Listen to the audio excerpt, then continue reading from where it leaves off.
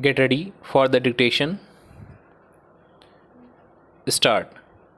Honorable Speaker, I rise to reply to the debate on the motion of thanks to the Honorable President for his address to both the Houses of Parliament. The debate has, by and large, been very constructive and interesting. I would like to thank all the honorable members who participated in the debate and made it so constructive. I would like to especially thank the members of the opposition parties who had so little to speak by way of serious criticism.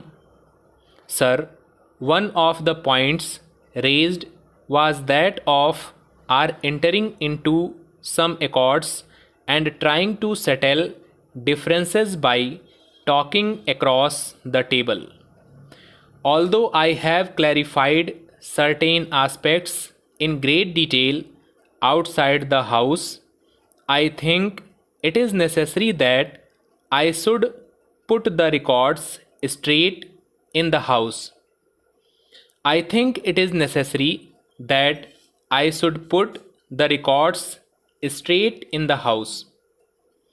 We have heard criticisms about the Punjab Accord, the settlement in Assam, and the agreement in Mizoram. All these accords are major steps forward in bringing the democratic process to the fore and solving our problems.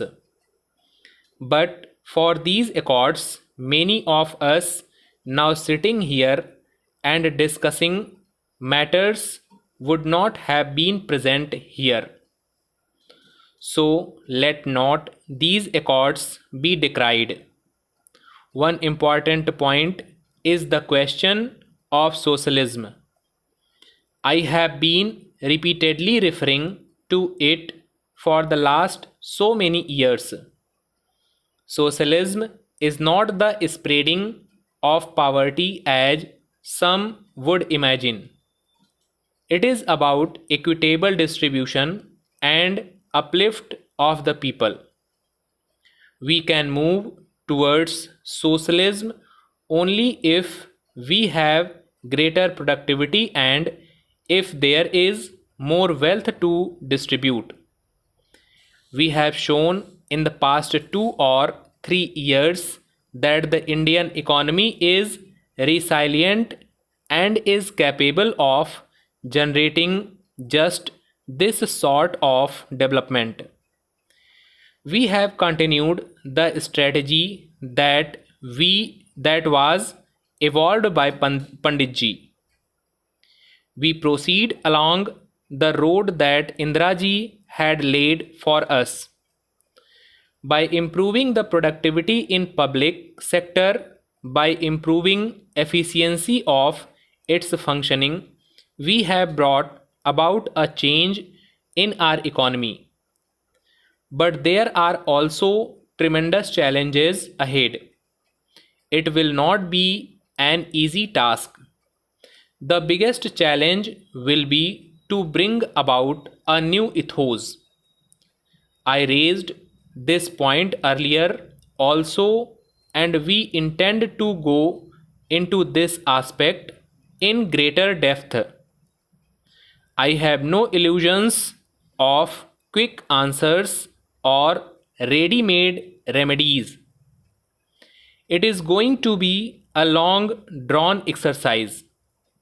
It will require a total change in the way the government and the organizations of the government function, not only at the center but right down at the state levels and right down to the district levels.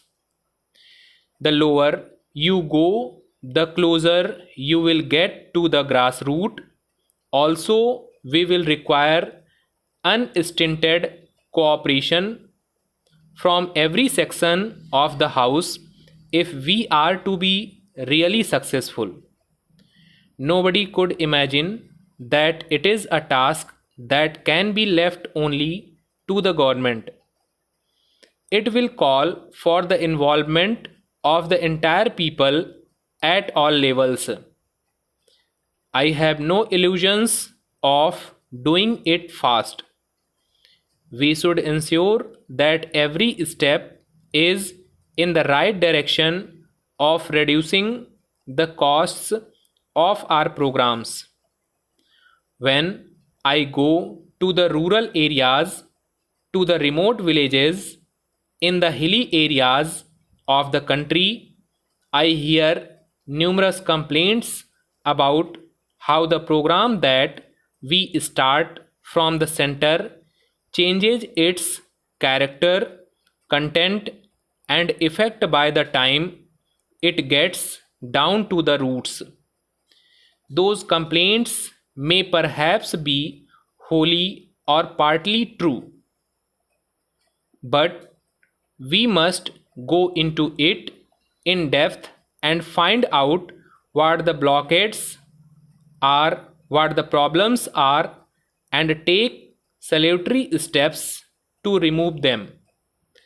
That is the only way to monitor the program. Madam, one point has been repeatedly made in this house. It has been said that there should be coordination among all the modes of transport. If it is not the case, it will not be possible to increase the efficiency of our transport system. I am happy to say that the Planning Commission has accepted our proposal and a committee has been appointed for this purpose. It has gone to the rural areas and discussed the problem. To some extent, I can say that it has already formulated a policy. I can say with all the emphasis at my command that whatever responsibility falls on the railways as a result of the coordinated and integrated policy among the railways, road transport, and sea transport will be discharged, and all the necessary steps will be taken in this regard. The Honorable Minister has said that as far as revised estimate is concerned, there was no increase in freight and fares. Fortunately, we have in this house educationists and economists. Therefore, if all the aspects of the question are taken into account, I am quite certain that the problem can be properly understood and resolved. That is an important matter for us. Stop.